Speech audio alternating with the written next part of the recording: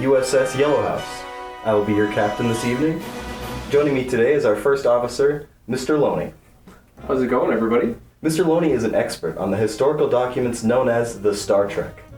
We're starting with the pilot of Star Trek, the original series, titled The Cage.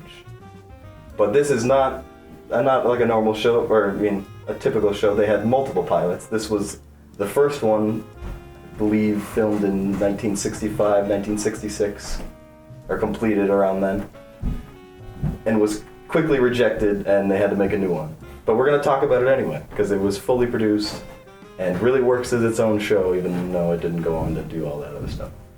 For a start, it was very good. Do you know why they decided to not cancel it, but send them back to do a new one? Not off the top of my head. So, it was rejected for being too cerebral. There's a lot of shots in it that that you might have noticed where there's no dialogue. They're just kind of looking around. It's all feeling, you know. You actually had to look into the show. Yeah, to understand it. So compared to contemporary sci-fi, like modern day sci-fi, even modern day Star Trek, this is completely different. And in a good way. It is very good. It's slow. You really get to live with these characters and understand them. I mean, at least in this episode, you mostly get to, obviously Pike, the main character, and to a lesser extent, the Doctor, I forget what his name is already, Boyce something. Doesn't matter, he's only showed up in that one episode. His name was Phil. And we get a little peek at Leonard Nimoy as Spock. There's not really a lot of him in this one. But I mean, he's not really, the lead.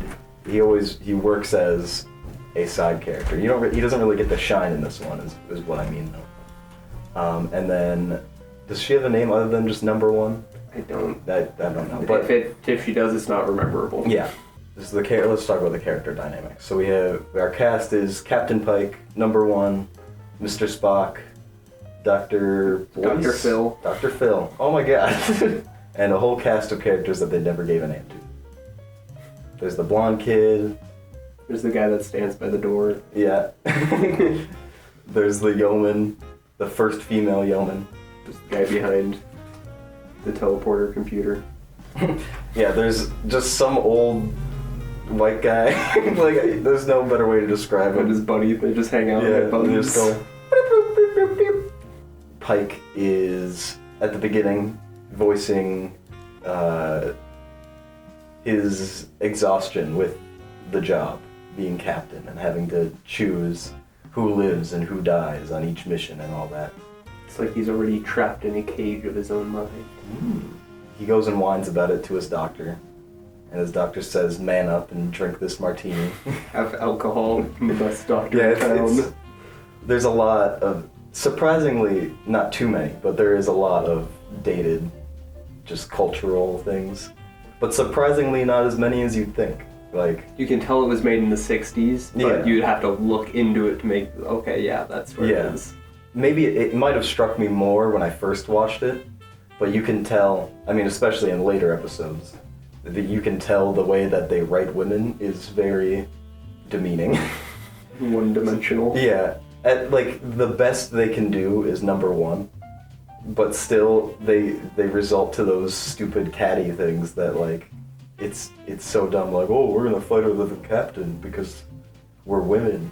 She's literally second in command on the entire ship, and she's still treated worse than than Spock, who's an alien. They run into a distress signal that may or may not be a trap. They already have suspicions of it being a trap. And Pike seems to, he's not having it. He's like, we're just gonna keep doing our mission. We're not dealing with this. And then quickly dashes out. Weirdly fast, he, jumps out of his chair and runs away. And then, number one and Spock kind of look at each other like, when they finally decide to go onto the mission, because there's proof that there was actually people on the planet, he decides, I'll bring myself, the captain of the ship, the head doctor, but not the first lieutenant. We'll go with the second lieutenant, just to be safe. And we'll leave number one here to man the ship.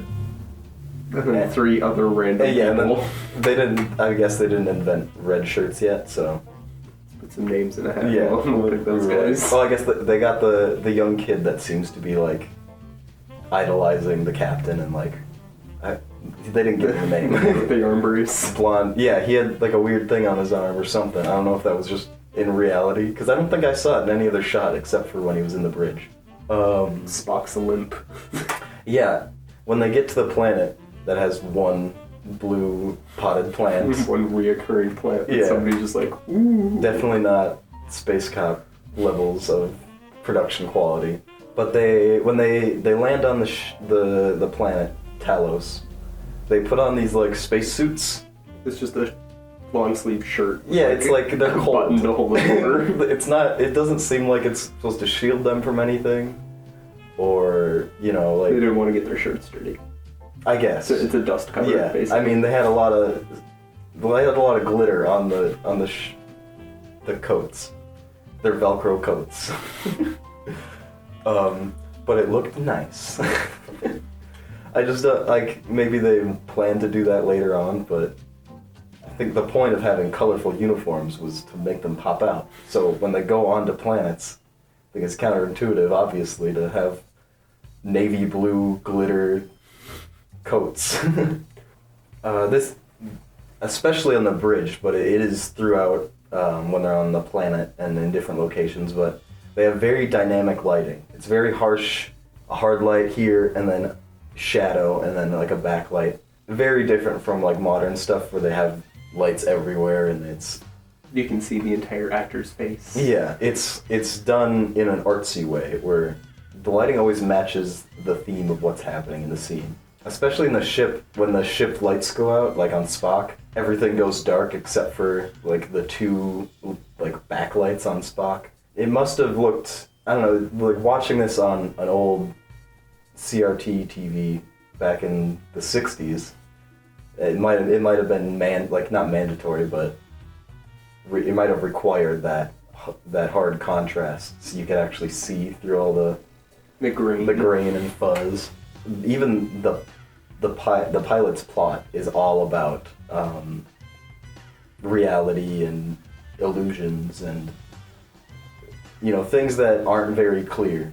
Once I guess we'll get on with the plot, but Pike eventually gets captured by these big-brained aliens.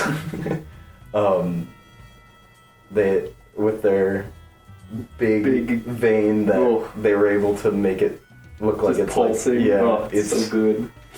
Yeah, definitely for a 1960s show, like that kind of a TV show too. It's not a movie. Like they were able. I mean, it obviously doesn't look very good, but it does get the effect across of what it's trying to like. That it's not just a prosthetic; it's like an actual brain. They brought the actual character to life. Yeah, with it. yeah. And this is one of like, as the show goes on, we kind of see how they do aliens, where it's just humans, basically, in like really simple costumes.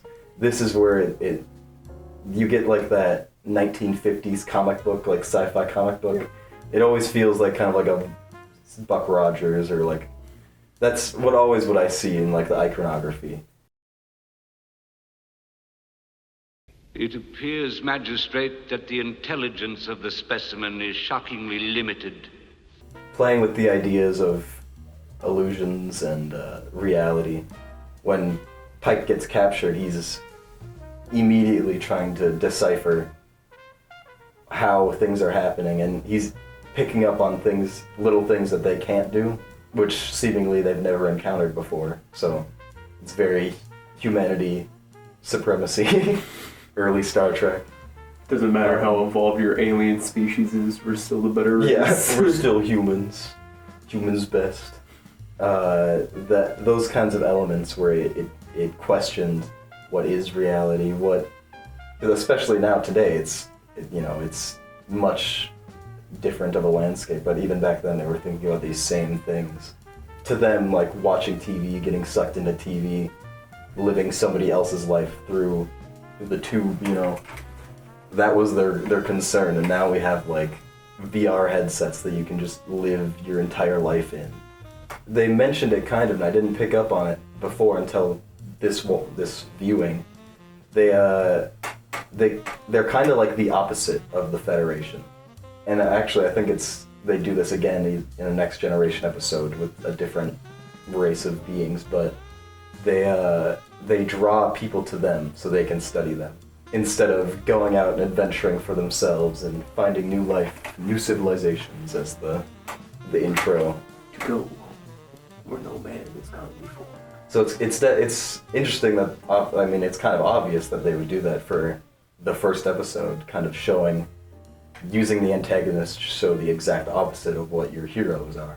And yeah, and it also is kind of like a cautionary tale of, they have this, the idea that if you're not doing something, if you're not creating or, going out and living reality, you'll become decomposing. Stagnant. Yeah, you become stagnant in, you're not growing, you're not learning, and that's the fun thing about Star Trek. It's all about finding new things and learning new things, and not just random explosions happening because things need to happen. It's very different from Star Wars. Like, now that watching, Star Trek, you see why Star Trek fans don't like Star Wars fans. It has at least, in intellectual thought into its plots and stories. It's not a simple fantasy setting or fantasy story in a sci-fi setting. It really uses the idea of sci-fi and what we could be in centuries from now, Obviously, even in the TOS, it's not perfect. There's the feminism problems that they have. Because that seems to be, aside from that, there's they treat all, we haven't got to the true cast, where it's this diverse group of people from Earth, like all different races from all different parts of the globe. Or pure white staff. Yeah. In the pilot, they got, which is kind of funny that they got mad about the studio didn't like that they had like a woman in power in that power role, so he decided to go the complete opposite way and be like, well, if I can't do that, then I'm gonna do this. And it must have been very bold at the time to have for the time, diverse cast. Like, there's still a lot of white people, obviously, but when they have Pike in the trap, in this cage, the way they torture him, or that's what they call it, right? Torture? Punishment, yeah, for not obeying his new masters. They really dive into it's more of a sci-fi horror, and the later episodes are kind of do that too, but not as strong, I guess, as the pilot, because they literally send him into a vision of hell where he's burning and his skin is like melting off. Blisters and stuff all over his arms. The effect is it literally just looks like kind of some liquid with bubbles, but at the time it must have literally looked like his skin was melting off, and like the fire all around him. It was great. It looked like the scene from David Lynch's Dune when he puts his hand in the box and his hand just corrodes and melts away. But the visions that they do are established at the beginning of the episode, where he's talking to his doctor about how, I could be on a ranch with my horse, and classic American kind of dream, where he's like, but they use that against him later, trying to seduce him to stay with, what's her name again? The woman that is on the planet. I guess we didn't really talk about why they went there. The Enterprise team lands there, and they're told about they meet this colony of humans that crash landed there almost 20 years ago, and it's just a bunch of aging scientists and one woman that is remarkably young. Yeah, that is like 20 somehow. She must have been an infant, right, when she crash landed and somehow survived. Had to be. Yeah, there's no other explanation. She kind of seduces Pike and leads him off away from the rest of the group. Does she even really seduce him, or does she just appear and Pike is like, I'm gonna marry this woman? No, Pike is stand backish to her like the whole time. I mean, except for when he's calling and talking to number one, he trails off because she like starts talking to him and he kind of gets infatuated by him. But like at first glance, he's kind of like questioning things like the whole thing that's happening. But yeah, she eventually leads him off and she's like calls him a perfect specimen and like, it's kind of a giveaway, but they're like, oh no, she was just raised by scientists. Yeah. We're just funny old white guys. We definitely exist, and then they just disappear. They do a weird matting thing, and then they have like this liquid effect where it goes. So she disappears, they disappear, and then Pike gets zapped with a wand. They do like the fart gas. Yeah, like Aerosmith is. It literally looks like Despicable Me. And they just drag him in. And the blonde kid that is in love with Pike. He's like, Captain! And he starts running and he's like, pulls out his phaser, which at this point, these phasers are just like tubes on a handle that they can turn to change the power or something. But they end up blasting the door or the elevator door, I guess, that goes underground that Pike was taken through. And they just keep shooting at it. Like, at first it's like, oh, everybody's shooting at it, and then by the end it's just like, this guy's like, I'm gonna turn it to my high setting and just sit here and hold it. Yeah. And everybody else just sits there and watches. I don't know. And then one guy hiding behind a tumbleweed as if that would do anything. That doesn't work. It breaks the disguise they had over the door, and there's still like that door there. They decide to go back and regroup and go into the meeting room and discuss, and the doctor kind of explains like what he saw and how he thinks their powers of illusion are so great that they can't trust anything they do or see. Almost like he's like, it doesn't matter what we do, nothing's gonna work. Yeah. If it works, we can't see it. Yeah, there's no way of confirming what we did. So they decide to bring down the big gun that is never ever used in the series ever again, as far as I know. But they take out the big ion cannon, basically, and they shoot it directly at the door, and it does nothing. And number one kind of takes off her goggles and is like, what? So when Pike gets down there, and he's looking around, and he sees, like, other cages with the big monkey guy. Yeah. He's looking around in the zoo that he's found himself in, and we got man and a monkey with a pig nose. And then the bird guy from Wizard of Oz. Yeah. And then just a shadow. Shadow puppets on the walls. It was far enough away, you couldn't see him. Yeah, and the big-brained aliens, the Telosians, come through and start just, talking through their minds. Yeah, they start telepathically talking to him, and that's when Pike kind of starts picking up on what they can and can't do. And every time he tries to do something, they immediately call it before he does it, and he just kind of increasingly gets more pissed off. Starts throwing himself into the glass. They try to get Pike to feel protective of the woman that was stranded there. And I think her name is Vina, now that I think about it. Right? That sounds right. Yeah, so we're just gonna go with that, and if it's wrong... Well. So he eventually does become more protective of Vina. The first allusion is like to a previous battle that he talked about, where he obviously did not like the experience, where he had to fight some Goliath creature. Russia. Yeah, just stereotypical Russian because it's the 60s. He's constantly assessing the situation, not like literally, like he always knows it's an illusion. Or he's always trying to, I think it's also, he's trying to remind himself so he doesn't get lost in the illusion. Which she, later on, is trying to like dismiss it like, oh, don't talk that way, I'm gonna get headaches. Implying that she'll get more torture from their captors. But he questions even her reality, or her being real. Even at the beginning he has a sense that she isn't what she is. Yeah. He kind of gives her the silent treatment until she eventually starts spilling some beans. Because all she wants is a person to live with and to like exist in that zoo with. but he is not having it. She's a woman, she needs a strong, independent man. Well, yeah, that's the thing. Like he keeps saying that she wants them to be in a husband-wife relationship, and that they keep trying to push him into this relationship with the woman, and he is very apprehensive the whole time.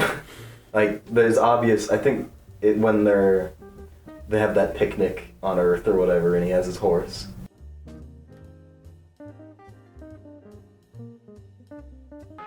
Sorry, I don't have any.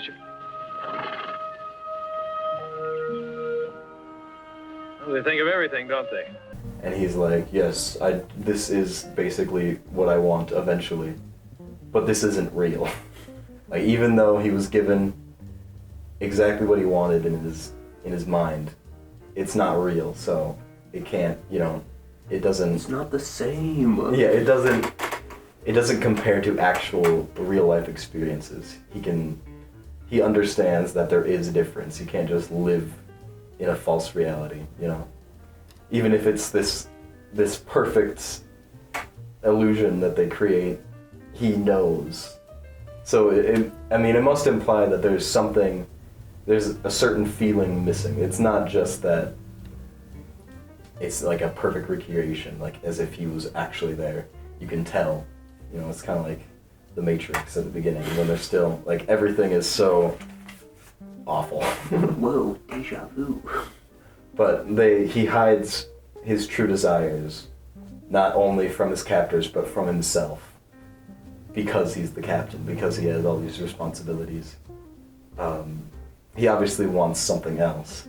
He can't just bang his first lieutenant. Yeah, that would kind of cause some problems, I'd assume. It's more than just a relationship. He wants, like, different setting, different adventures. Not these deciding who lives and dies type of thing, which is what he was talking about at the beginning. He has this last vision where he's on, like, a party planet, and... Where he's, like, emperor. Yeah, he's got, like, the super fancy robes, and he's got a couple, like, captains that must be, like, people he knows. The or rapey something. guys. Yeah, so they're watching this alien, this green alien woman, which earlier, at the beginning of the episode, the doctor is like, You, an Orion trader dealing in green animal women slaves? The point is that this isn't the only life available. but it's obviously just a human painted green. So obvious, in fact, that you can see, like, the paint come off her palm. After she touches things, Yeah. it's just missing paint. For the most part, it's not coming off. But she's doing, like, the slave thing, like Jabba's palace kind of thing. And the two guys around him keep saying things like, this is fantastic. This is great, even if it was an illusion. Like, literally things that are so obvious. Which are, they're supposed to, like, try to keep his mind there, not in reality. He keeps doing, like, closer close-ups of him, and he's kind of freaking out, like panic attack kind of thing. And he gets up and leaves, and he goes through some passage, and he looks through, and he's kind of looking through his way, like, and then he turns back, and the door he went through is rock, and he's back in his cage. The guys that are trying to talk and keep him there, the one guy's like, they even want to be taken advantage of. It's like, what the fuck? Why did you add that? They like it. And the studio didn't have a problem with that line. No, it's the 60s, see? So yeah, the whole point of the illusions is to play on different desires he has. And every single one they do is unsuccessful. Because just the spirit of a human is so much powerful than you could possibly realize. Captain Pike is the only guy that thinks with his brain. Telosians? As the Telosians are testing Pike and trying to understand humans better, and, Pike is doing the same to them through his actions. He's constantly trying to figure out what makes them tick, what he can use against them. And he finally discovers that they can't, he's told, but he had an inkling of an idea that they couldn't read, like, thoughts of hatred. And then he's confirmed later that they can't understand, or they can't read the thoughts of like primitive, like going full monkey man. You know? I'm gonna beat you with a club. Landing party. Yeah, the second landing party, where number one's with him and Spock's with him and all that.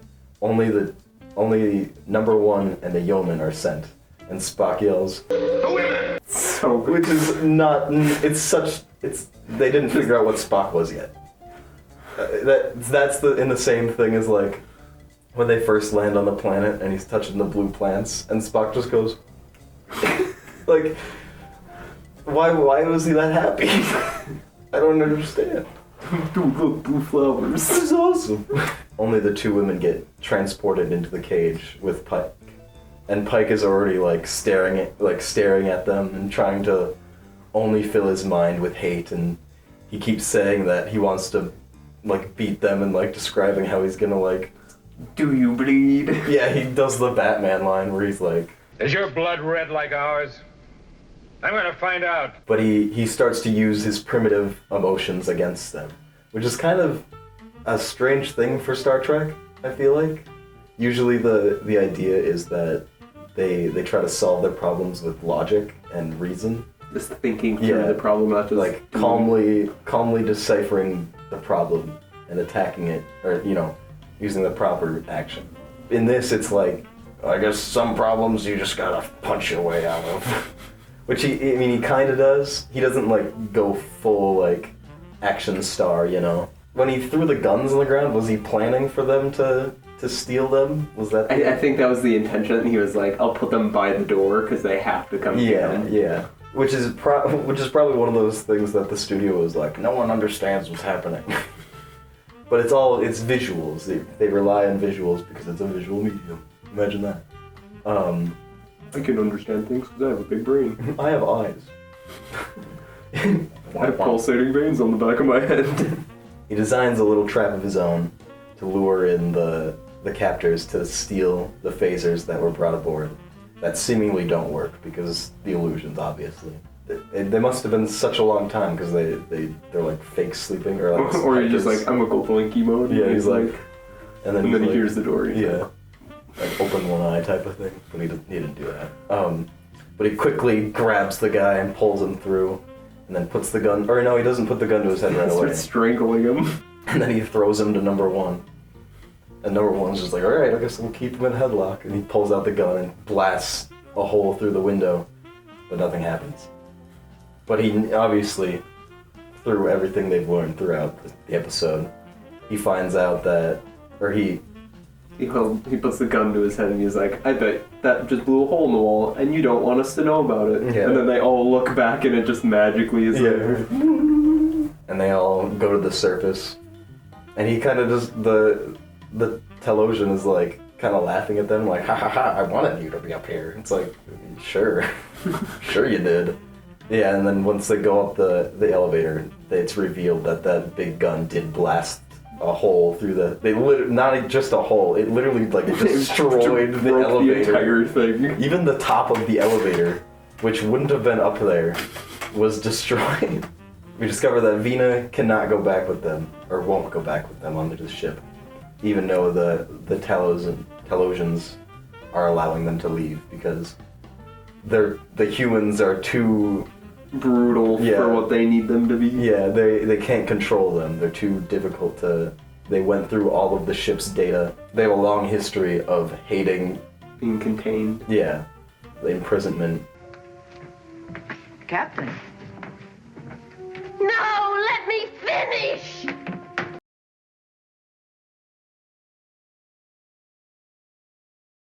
Vina is like, I can't go with you. I even though I am a human or whatever. And it's revealed what her true face is. Because it's kind of hinted at that she was there for those 18 years and she was a crew member on that ship. So she had to be, at least 20. I don't know, it's weird seeing now. I don't know if just people, when they turned 40, became elderly in the 60s, but she's like, oh, I'm 38. Look at how gross I am. Like, not just because that she was in the wreckage and they had to put her back together. Yeah, which does it inform why she has, like, when she walks back, she's got like Except, a big, the big hunch on her. Yeah. They just didn't have the right pieces to put her back together, and she's got like the scar and kind of a deformed face. So she starts to like walk away. They have this shot where there's a guy standing there. It's supposed to be It's Pike. supposed to be Pike looking at himself running away with her. But it doesn't look like him at all, so I literally thought it was just some other guy. Dude standing in the shot. I was like, oh, not everybody went back. Huh. But obviously that wasn't the case. And Pike was just watching an illusion of himself run away with Vina. It just, the way it ends is like, Pike obviously, you know, he's made his point where living in a false reality and an illusion is not what, you know, humans are all about. You know, they for some reason we seek truth and reality and that sort of thing. There's something that cannot, there's no substitute for it, basically. But it still ends with Vina being like, I'm gonna live in a fantasy world. It's like, yeah, I get that, it's kind of like, I don't know if it was supposed to be a commentary on, like, how they, like, mental patients at the time, where they would just sedate them and, like, just pump them with all these drugs. And be like, oh yeah, that's better than what you had before, not just living their actual lives.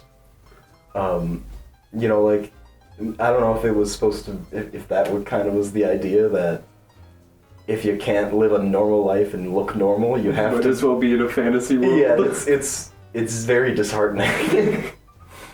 And then Pike's just alright with it. Like, his whole thing was living in reality. But by the end, he's like, meh, what makes her happy? And then everybody's like, where was she at? And he's like, I understood where she was coming from. Well, it's more like, he goes back on the bridge, like the last scene, like the closing, I don't know what they call it, but they always have that, like, closing bridge scene, where each character that was kind of like a big player in that story is like, who are you gonna choose as Eve? Or what, like the yeoman asks that, and number one's like, shut up! Just curious.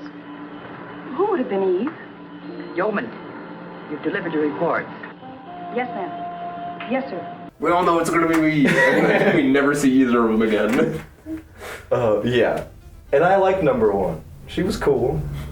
She was literally second in command. For as little character development Yeah. as she had, she was pretty good. Which is, yeah. The doctor asks, Eve, Captain, as in Adam, and then he's like, all old elderly doctors are disgusting perverts or whatever. As in all ship's doctors are dirty old men.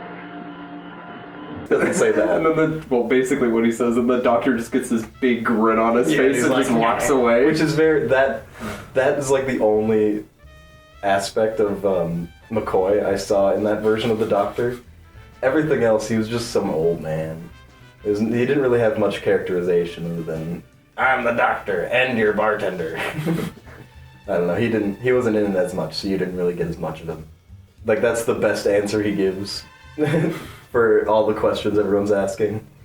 And he's like, Work Vector 1, whatever, blah blah blah. And they go off and they have the, we didn't even talk about the kind of crappy special effects, where they go into hyperspace near the beginning, and it's just an overlay of stars with the theme song played it, because we already heard the theme song in the intro, and this is like right after that. So they just do it again. They didn't need all that. Like, it's already a 64 minutes. I don't know, overall thoughts. What were your overall thoughts of this episode? Watching it again. Obviously, you've seen it probably More than I can count. I've seen it maybe 5 times. But anyway. For a pilot, it's great. Every time I watch it, I remember why I like it so much. Yeah, like I can see, like I do like where they went with how the show went, and like kind of changed it, made it more light in a few places. But I would watch if they would just make a show like this now with this tone, you know, not all the misogyny. Well, yeah, obviously that's a given. Like, you know, I'm talking about the thematic aspects of like the horror elements, like the horror sci-fi elements, and How it's shot. yeah, and that too, and just the seriousness of what they're doing. Like, yeah, it's kind of a silly space adventure type of thing, you know, but it can be taken seriously, and it's done well. It doesn't have to be, you know, quips. Like, it doesn't have to be a Marvel movie. And I guess the first time I watched this, I knew, because I started at the beginning. I never watched any Star Trek at all. No movies, none of the series. And I started with the pilot. And when I saw Pike and Number One and Spock, and I was like, okay, I know Spock. Who are these other people? So my first thoughts were like, oh, is this like a anthology series where it's different ships going across the universe with different casts? No. No, I was wrong. We never get to see these characters again. Well, we bring Pike back. Yeah, kinda. And like, no, he comes back as the vegetable. But yeah, that's what I mean, Yeah. kinda. We'll eventually talk about that. Yeah, overall, I would definitely recommend this episode specifically. It is a very good intro to Star Trek. Yeah, it definitely gives you an idea of what you're in for and kind of plants seeds for different things they can do in this setting and the stories they can tell. But too bad we'll never see Number One again. We'll never figure out who Eve was. Will they? Won't they? They didn't. Just as we're closing, the only complaints I have are like the sexist writing. Honestly, this episode is kind of tame in that department. Compared to every other episode. Like what they decided. Oh, let's just go the exact opposite route of what we were shooting for in the pilot, I guess. Let's rate women as they were children. But that was kind of that. I don't know. Every woman is a sex object and nothing more. You don't have a brain. Fuck you. We can't end it on that. The future of Star Trek from this point looks bright, even if they had to redo the pilot and do another pilot. With 90% different casts. Yeah, more than 90. They kept one guy. So thank you for joining us on our maiden voyage of the Star Trek retrospective, the Yellowhouse Star Trek retrospective. We're gonna watch another one, so you don't miss out.